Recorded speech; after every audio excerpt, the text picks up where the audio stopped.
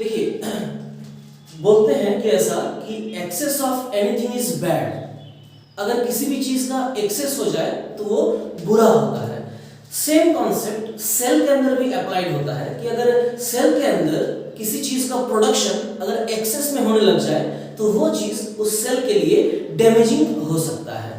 जब जिस चीज का जरूरत रहेगा उस वक्त पे वही चीज का फॉर्मेशन करना जरूरी है, और जिस मोमेंट पे कोई चीज का जरूरत नहीं है उस मोमेंट पे उस चीज का फॉर्मेशन करना भी जरूरी नहीं होता है। इसी तरह से काम करता है हमारा cell.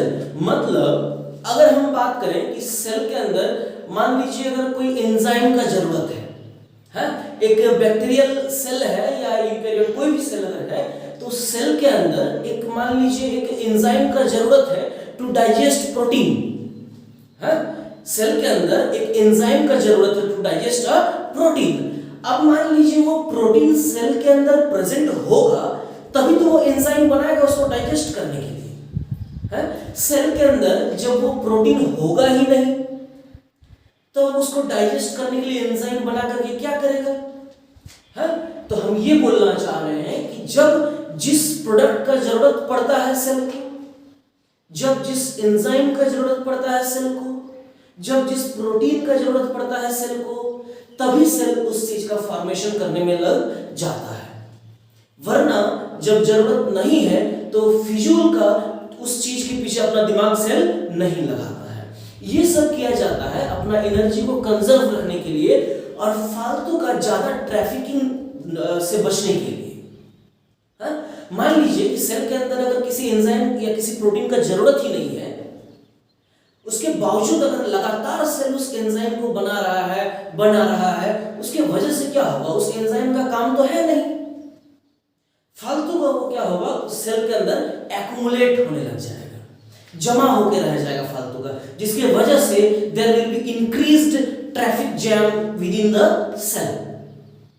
So to avoid this kind of chaos inside a cell, only those products or those enzymes are formed only when they are required. जब जरूरत पड़ेगा तभी इसको फॉर्म करता है। एक एग्जांपल के साथ इसको हम लोग समझते हैं। एक कार्बोहाइड्रेट है जिसको हम लोग बोलते हैं लैक्टोज। एक कार्बोहाइड्रेट है जिसको हम लोग क्या बोलते हैं? लैक्टोज बोलते हैं। मिल्क शुगर इसको बोलते हैं लैक्टोज। मिल्क वगैरह के अंदर जो शुगर प्रेजेंट होता है वो है हमारा लैक्टोज। ये लैक्टोज जब बैक्टीरिया के अंदर जाता है तो बैक्टीरिया इसको ब्रेक डाउन करता है। ये लैक्टोज जब बैक्टीरिया के अंदर जाता है तो बैक्टीरिया इसको ब्रेक डाउन करता है। अब बताइए, देखिए लेट अस से कि ये एक हम टेस्ट ट्यूब ले लिए। What is this? एक टेस्ट ट्यूब ले लिए। इस टेस्ट ट्यूब में हम पूरा लैक्टोज भर दिए। एक कल्चर मीडियम इसको हम लोग बोलते हैं, जहां पर हम लोग कल्चरिंग करते हैं किसी सेल का, कल्चर मीडियम इसको बोलेंगे, या इसको एक टेस्ट ट्यूब बोलेंगे जिसके अंदर हम लोग लैक्टोज डाल चुके हैं। अब इसके अंदर हम लोग बहुत सारे बैक्टीरियल सेल्स ले लेते हैं। बोलिए, दिख रहा है क्या आप लोगों को बैक्टीरियल सेल? इसको हम लोग बोलते हैं lactose containing environment. Lactose containing environment. अच्छा, मान लीजिए कि यहाँ पे एक कुछ और बैक्टीरिया हम बना देते हैं बाहर में, तो क्या इस बैक्टीरिया के अंदर भी लैक्टोज प्रेजेंट है? देखिए क्या पता चल रहा है, नहीं है प्रेजेंट। जबकि जो बैक्टीरिया को हम इस कल्चर मीडियम के अंदर डाल दिए हैं तो इनके अंदर तो लैक्टोज जाएगा। ये सब बैक्टीरिया के अंदर लैक्टोज अंदर जाएगा, क्योंकि ये सब बैक्टीरिया को खाने पीने के लिए क्या दिया गया है? लैक्टोज दिया गया है। देखिए ना, ये सब रेड रेड जो डॉट डॉट बनाए हैं, these are the lactose containing environment. इसके अंदर हम रख दिए हैं कुछ बैक्टीरिया को, और बैक्टीरिया के अंदर फिर ये लैक्टोज इनकॉर्पोरेट हो जाएगा। अब इस लैक्टोज, ये जो लैक्टोज है, ये जो बैक्टीरिया के अंदर चला जाएगा, तब बैक्टीरिया के पास 3 एंजाइम होना चाहिए इस लैक्टोज का मेटाबॉलिज्म करने के लिए। हम क्या बोल रहे हैं कि जब हम बैक्टीरिया को लैक्टोज कंटेनिंग एनवायरनमेंट में डाल दिए हैं, तब जो लैक्टोज है वो बैक्टीरिया के अंदर आ जाएगा, इस सेल्स के अंदर आ जाएगा लैक्टोज। तब बैक्टीरिया को लैक्टोज का मेटाबॉलिज्म करना पड़ेगा, लैक्टोज को तोड़ना पड़ेगा, डाइजेस्ट करना पड़ेगा। उसके लिए बैक्टीरिया को के पास 3 एंजाइम होना चाहिए। देखते हैं जरा कौन कौन सा एंजाइम। पहला enzyme is beta galactosidase, second one is परमीएज, and the third one is transacetylase. ये तीन एंजाइम बैक्टीरिया के पास रहना चाहिए, तब जाकर के वो लैक्टोज को ब्रेक डाउन या लैक्टोज का मेटाबॉलिज्म कर।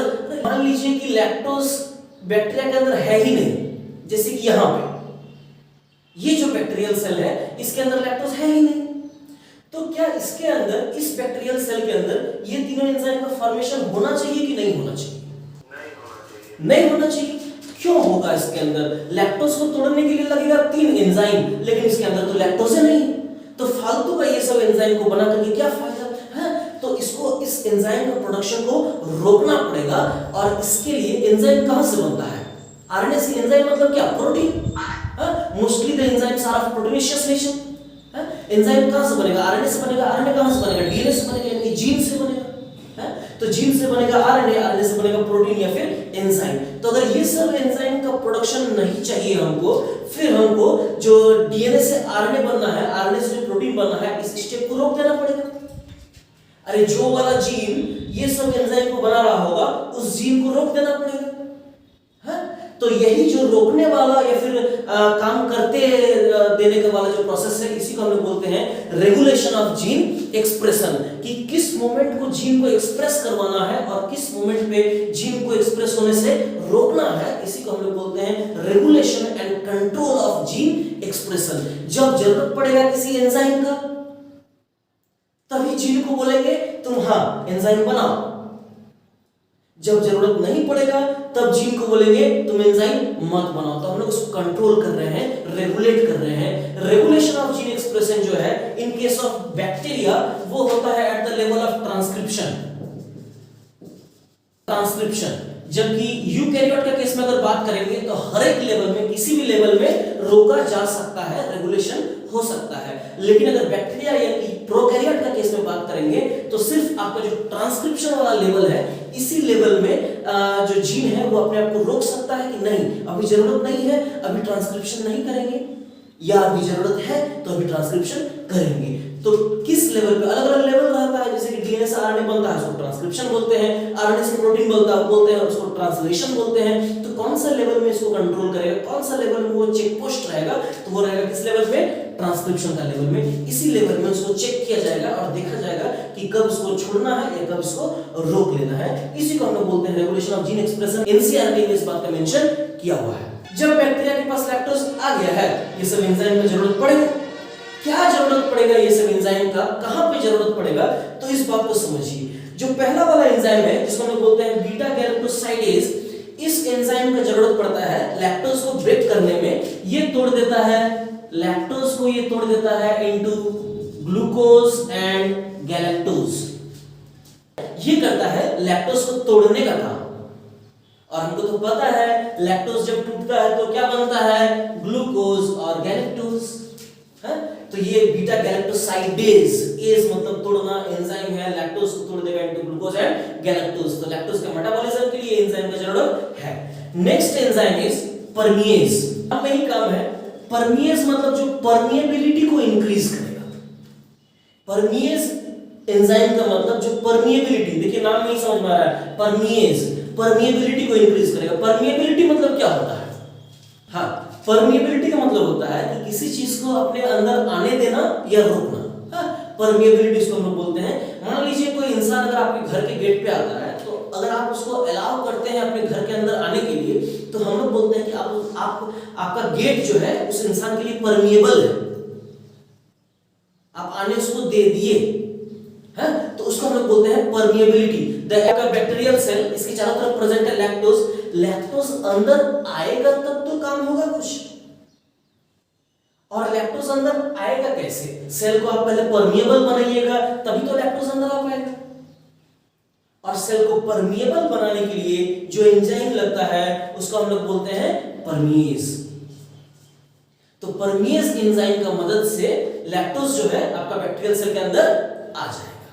चलिए नेक्स्ट इज ट्रांस एसिटाइलेज, ये थर्ड एंजाइम है और ये काम करता है, देखिए यहां पे भी आप इस वर्ड को ब्रेक करके देखेंगे, ट्रांस और एसिटाइलेज, एसिटाइल ग्रुप का ट्रांसफर कराता है ये एंजाइम।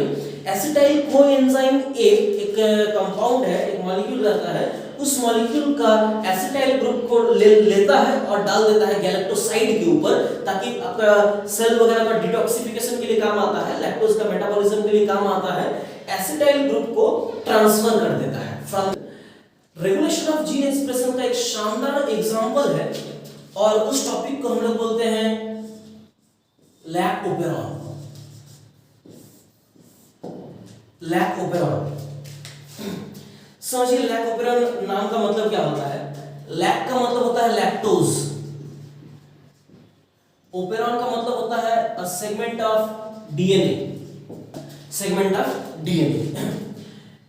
लैक ओपेरॉन एक सिस्टम है, एक स्ट्रक्चर है, जिस स्ट्रक्चर के थ्रू इस बात को शो किया गया, इस बात को डेमोन्स्ट्रेट किया गया कि किस तरीके से बैक्टीरिया के पास जब जिस एंजाइम का जरूरत पड़ेगा तभी उस एंजाइम को बनाएगा और जब जरूरत नहीं पड़ेगा तब उस एंजाइम को नहीं बनाएगा।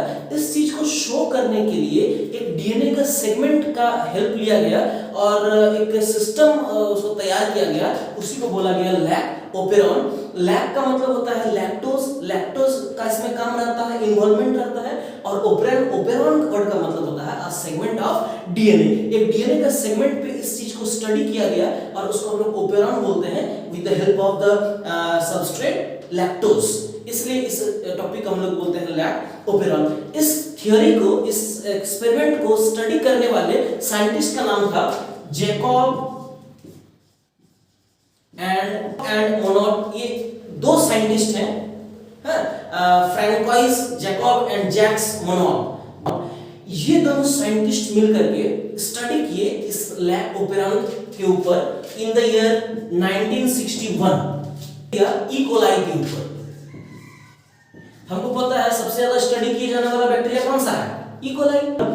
ये स्टडी इतना हेल्पफुल रहा, इस स्टडी के थ्रू इतना बढ़िया तरीके से डेमोन्स्ट्रेट कराया गया किस तरीके से बैक्टीरियल सेल अपना जीन का एक्सप्रेशन को रेगुलेट करता है, और इसी का रिजल्ट से इन दोनों को इन द ईयर 1965 में दे वर अवार्डेड विद नोबेल प्राइज। कि ओपेरॉन को हम लोग दो टाइप में डिवाइड कर देते हैं, एक को बोलते हैं इंड्यूसिबल ओपेरॉन और दूसरे को बोलते हैं रिप्रेसिबल ओपेरॉन। नाम में ही काम है, ऐसा ओपेरॉन जिसके अंदर सबस्ट्रेट डालने पे ओपेरॉन चालू हो जाएगा, इसको बोलेंगे इंड्यूसिबल ओपेरॉन। इंड्यूस करना मतलब क्या? स्टार्ट करना किसी चीज को। ओपेरॉन देखिए, नॉर्मली आपका ओपेरॉन कैसा रहेगा? ऑफ रहेगा, यानी कि जो डीएनए का सेगमेंट है वहां से जो आरएनए बनना था, प्रोटीन बनना था, वो सिस्टम अभी नॉर्मली क्या रहेगा? ऑफ रहेगा। आप जैसे ही इसको सबस्ट्रेट देंगे ये चालू हो जाएगा। आप लोग इसको इंड्यूस कर दिए, इसलिए ऐसे टाइप को हम लोग बोलेंगे इंड्यूसिबल ओपेरॉन। जब जो सेकंड टाइप का होता है रिप्रेसिबल ओपेरॉन, रिप्रेस करना मतलब होता है रोकना, प्रिवेंट करना, प्रोहिबिट करना। तो अगर इस केस में अगर आप सबस्ट्रेट को डालते हैं तो वो जो ओपेरॉन है वो बंद हो जाएगा। इस केस में नॉर्मली जो है ओपेरॉन चालू ही रहेगा, सबस्ट्रेट को डालेंगे ओपेरॉन बंद हो जाएगा, रिप्रेस हो गया, इसलिए ऐसे ओपेरॉन को हम लोग बोलते हैं रिप्रेसिबल ओपेरॉन। एनसीईआरटी के अंदर या हमारे सिलेबस के अंदर जो ओपेरॉन है उसको हम लोग बोलते हैं लैक ओपेरॉन, और lac operon is an example of inducible operon. Inducible operon इसका मतलब इस ओपेरॉन में जब आप लैक्टोज देंगे तब ये ओपेरॉन चालू हो जाएगा, वरना बाकी समय ये ओपेरॉन कैसा रहेगा? स्विच ऑफ कंडीशन में रहेगा। जब लैक्टोज देंगे तब ये चालू हो जाएगा, इसका इंडक्शन हो जाएगा। अच्छा, समझते हैं इसका मैकेनिज्म को, किस तरीके से काम करता है। पहले केस में हम लोग बात कर रहे हैं कि जहां पे लैक्टोज अवेलेबल नहीं है, जहां पे लैक्टोज प्रेजेंट नहीं है। इस केस में देखिए क्या क्या लिखे हुए हैं। This is the segment of DNA, this is the segment of gene, इसी को हम लोग बोलते हैं ओपेरॉन बोलते हैं। अच्छा, ओपेरॉन में ये सब क्या है? देखिए, पी फॉर होता है प्रोमोटर, P फॉर होता है प्रोमोटर, I फॉर होता है इनहिबिटर। I का मतलब क्या हो जाएगा? इनहिबिटर, या इसको रेगुलेटर बोलते हैं। इनहिबिटर या रेगुलेटर। रेगुलेटर नहीं होता है, गैस का सिलेंडर में देखा है कैसे रेगुलेटर रहता है, रेगुलेटर ऑन कीजिए गैस चालू, रेगुलेटर ऑफ कीजिए गैस बंद, वैसे उसी तरीके से इसको रेगुलेटर बोलेंगे या इसको इनहिबिटर बोलेंगे। P for again promoter, O for operator, Z by A, these three are called as structural gene.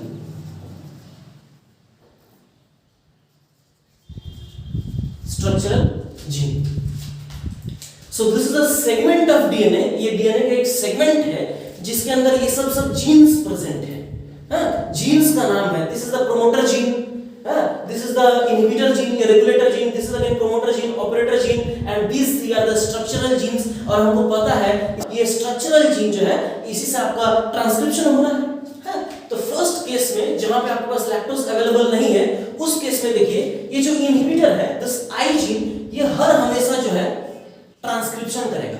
I gene will always perform transcription, और जब जीन के अंदर ट्रांसक्रिप्शन होता है तो क्या बनता है बोलिए तो चलो, हाँ आरएनए बनता है, ट्रांसक्रिप्शन।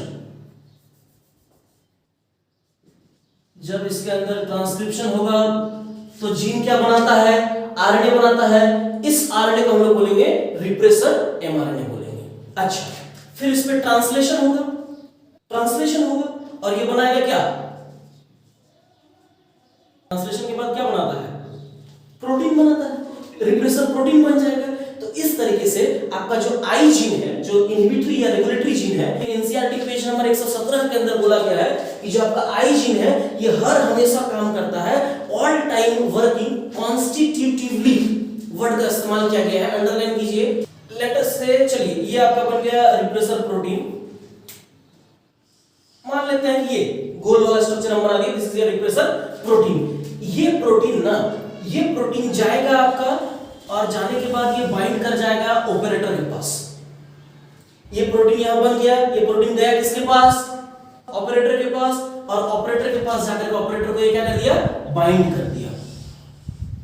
देखिए यही गोल को हम यहां पे फिर गोल, बोलिए समझ में आ रहा है क्या, ये प्रोटीन यहां बना, प्रोटीन यहां गया और किसके साथ बाइंड कर गया, ऑपरेटर के साथ बाइंड कर गया। ऑपरेटर को आप समझिए पायलट के जैसा समझिए, एरोप्लेन चलाने वाले जो पायलट होते हैं वो समझिए। जब और इस प्रोटीन को इस रिप्रेसर मतलब क्या होता है, रोकना, उसको इनहिबिट करना, इसको आप समझिए हाईजैक जानते हैं ना, हाईजैक जब करता है प्लेन वगैरह को, कैसे हवे में जो आतंकवादी वगैरह सब कैसे हाईजैक कर लेते हैं प्लेन को, फिर जहां बोलते हैं वहीं उतारना पड़ेगा नहीं तो गोली मार देंगे, ऐसा बोलता है नहीं है। तो उसी तरीके से ये रिप्रेसर प्रोटीन जो है हाईजैकर के जैसा काम करता है, और ये जाकर के हाईजैक कर लेगा किसको, हाँ पायलट को, जिसकी वजह से आगे का एरोप्लेन उड़ेगा क्या, चलेगा क्या, नहीं चलेगा, पायलट को हाईजैक कर चुका है। ये सब चीज बंद हुआ रहेगा, ये नॉर्मल कंडीशन होता है। इस केस में आप देखेंगे इसको हम बोलते हैं व्हेन लैक्टोज इज एब्सेंट, जहां पे आपका सेल के अंदर लैक्टोज प्रेजेंट नहीं होता है उस केस में ऐसा काम होता है। अच्छा, सेकंड केस में देखिए, लेकिन this is second case, this is case 2, and when there is lactose present, when lactose is present, इस केस में हम लोग स्टडी कर रहे हैं जब आपका लैक्टोज प्रेजेंट है सेल के अंदर। लैक्टोज जब सेल के अंदर आ चुका है, ग्रीन इंक से हम बना देते हैं लैक्टोज को, चलेगा क्या, है लैक्टोज जब यहां पे आएगा ये लैक्टोज बाइंड कर जाएगा रिप्रेसर प्रोटीन के साथ, तो लैक्टोज को हम लोग इंड्यूसर बोलते हैं। तो ये आपका हो गया इंड्यूसर जैसे ही सेल के अंदर अवेलेबल हो जाएगा, ये इंड्यूसर कंबाइन करेगा रिप्रेसर प्रोटीन के साथ। देखिए ये हम कंबाइन करा दिए, दोनों का कंबाइन करा दिए क्या, इस रिप्रेसर प्रोटीन जो रेड इंक से बनाए हैं उसके साथ आपका कंबाइन करके इंड्यूसर जिसको हम ग्रीन इंक से बनाए हैं, और यहां पे आपका कॉम्प्लेक्स बन गया repressor inducer complex. This complex is called as, red वाला क्या है रिप्रेसर, ग्रीन वाला क्या है इंड्यूसर, तो इस कॉम्प्लेक्स को हम लोग बोलते हैं रिप्रेसर इंड्यूसर कॉम्प्लेक्स। अब देखिए जो हाईजैकर, जो गुंडा लोग, जो बदमाश लोग आपका पायलट को जाकर के हाईजैक कर रहा था और प्लेन को चलने से रोक रहा था, इस बार उस हाईजैकर के लिए हम लोग आर्मी लगा दिए। इस हाईजैकर को पकड़ने के लिए हम लोग क्या लगा दिया इसके पीछे? आर्मी लगा दी। अब इस हाईजैकर और आर्मी आपस में बॉन्ड बना लिया, आर्मी इसको पकड़ के रख लिया। तो क्या अब बताइए ये हाईजैकर जाकर के पायलट को हाईजैक कर पाएगा क्या? हाईजैक नहीं कर पाएगा। अब ये यहां से यहां तक जा नहीं पाएगा, जिसके वजह से ये इस तरीके से यहां जा नहीं सकेगा। देखिए काट दिए हम, ऐसे एरो देकर के काट दिए, ये यहां जा नहीं पाएगा और ऑपरेटर के साथ बाइंड नहीं कर पाएगा। अब आपका पायलट एकदम मस्त फ्री है। तो अब तो स्ट्रक्चरल जीन से काम करवाएगा, अब तो प्लेन उड़ेगा।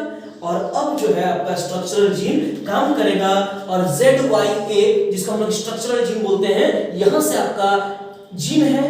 जीन से क्या बनेगा? आरएनए बनेगा। डीएनए से क्या बनेगा? आरएनए बनेगा। आरएनए से प्रोटीन बनेगा। तो ZYA से ये तीनों से जो आरएनए बनता है उसको हम लोग बोलते हैं लेक mRNA। लैक ओपेरॉन वाला तो लैक mRNA बोलते हैं। और जो एंजाइम बनता है Z से बनता है बीटा गैलेक्टोसाइडेज, Y से बनता है परमिएज और A से बनता है ट्रांस एसिटाइलेज। इस तरीके से आपका तीनों एंजाइम अब काम करना स्टार्ट कर देगा। और वाकई बात भी सही है कि अब आपका सेल के अंदर लैक्टोज प्रेजेंट है, तो ये तीनों एंजाइम का जरूरत है, तो ये तीनों एंजाइम बनना स्टार्ट हो जाएगा। जैसे ही लैक्टोज खत्म हो जाएगा, रिप्रेसर प्रोटीन फ्री हो जाएगा, जाकर के बाइंड कर लेगा ऑपरेटर के साथ, ये सब काम होना बंद हो जाएगा। परमिएज से रिगार्डिंग क्वेश्चन आना चाहिए। आ रहा है क्या किसी में कोई क्वेश्चन? डायग्राम जो बनाए थे, बैक्टीरियल सेल के अंदर लैक्टोज को एंटर कराने में हेल्प करता है परमिएज। क्वेश्चन ना ये आना चाहिए था कि सर जब लैक्टोज अंदर घुसा है, जब लैक्टोज अंदर आ चुका है, उसके बाद परमिएज बन रहा है ना सर। लैक्टोज आने के बाद जब परमिएज बना तो फिर लैक्टोज सेल के अंदर आया कैसे बिना परमिएज का?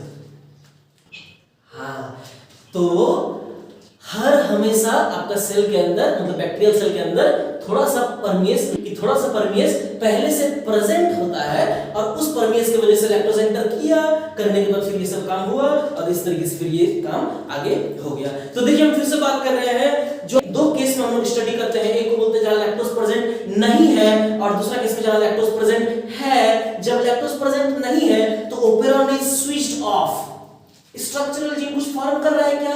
नहीं कर रहा है। एंजाइम फॉर्म करके करेगा क्या? एंजाइम उस जिस पे काम करता है, लैक्टोज पे काम करता है एंजाइम, लैक्टोज प्रेजेंट नहीं है। यहाँ पर हम लोग एक लाइन ये भी बोल सकते हैं कि जो सबस्ट्रेट है वो खुद अपने आप को डाइजेस्ट करने के लिए एंजाइम का प्रोडक्शन करवाता है कि अभी हम आ गए हैं, हमको मेटाबोलाइज करो और एंजाइम का फॉर्मेशन करने का काम स्टार्ट करो। इस तरीके से ये होता है। तो लैक ओपेरॉन जो है दो केसेस में हम लोग स्टडी करते हैं। पहला केस जहां लैक्टोज एब्सेंट है, लैक्टोज एब्सेंट है तो आपका रिप्रेसर प्रोटीन जो है जाकर के बाइंड करेगा ऑपरेटर के साथ, ऑपरेटर साइट को ब्लॉक कर दिया, जिसकी वजह से आरएनए पॉलीमरेज इधर से आगे मूव नहीं कर पाया और जिसकी वजह से स्ट्रक्चरल जीन का ट्रांसक्रिप्शन नहीं हो पाया, आपका एंजाइम कोई भी यहां पे बन नहीं पाया।